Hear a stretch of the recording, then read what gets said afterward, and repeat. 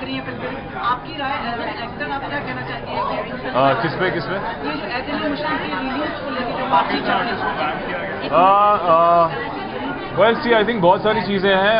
As an actor, as somebody who is an active actor and part of the industry, I feel it's not fair to a filmmaker, क्योंकि अगर लोगों को पता हो पिक्चरें कैसी बनती हैं, ये पिक्चर 1 साल पहले बनी थी.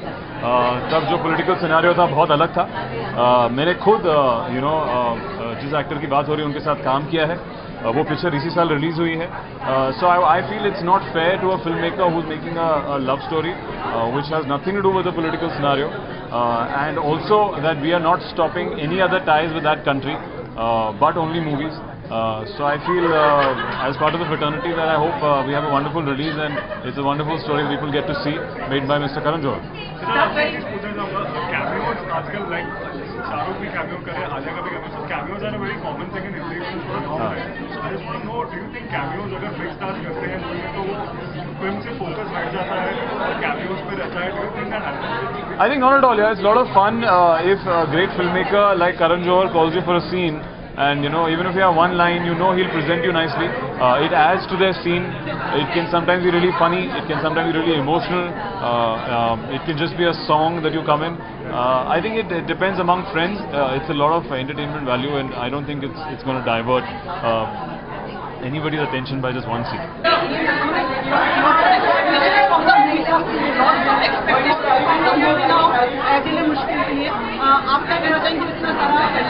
We are not here to talk about it.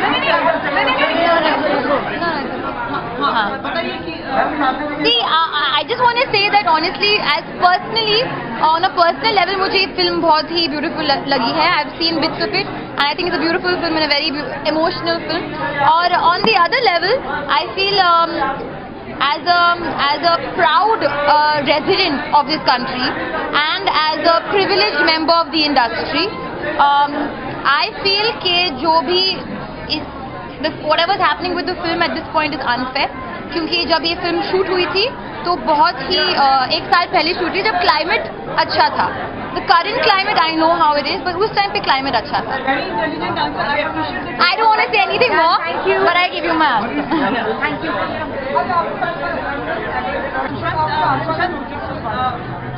ये पूछने के लास्ट दिवाली में फिल्में रिलीज हुई है, थोड़ी अनबन, थोड़ी environment is not too conducive like एज एल मुश्किल.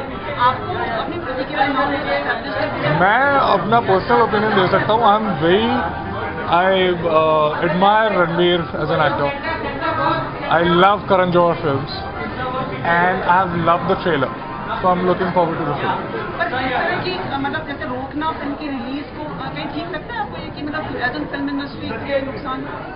मेरा पर्सनल ओपिनियन है, उससे कुछ फर्क नहीं पड़ता. फिर भी जो भी आपको लगता है अच्छा, मतलब देखिए, this is the answer to all your questions. If given a chance, on the first day I'll go and watch the film.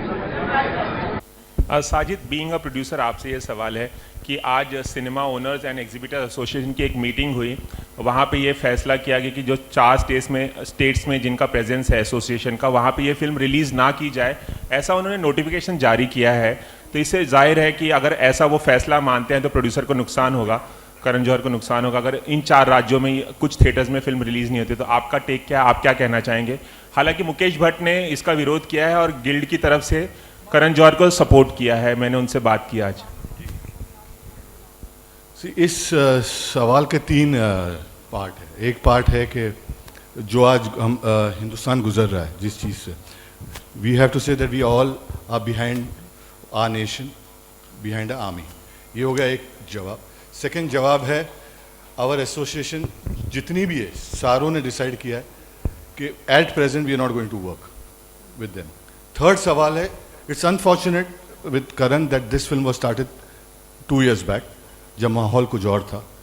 So we are going to request all the parties, all the concern authorities कि he is an Indian and Indian should not suffer from a hand of an another Indian. तो मैं चाहता हूँ, it's a request, हम बहुत humbly हर जगह जाएंगे, from Sunday, Monday, Tuesday, सबसे रिक्वेस्ट करेंगे 1 by 1 कि he is an Indian citizen, please help him. And I think so हमारी टीम सब सोच रही कि ये विल बी सक्सेसफुल.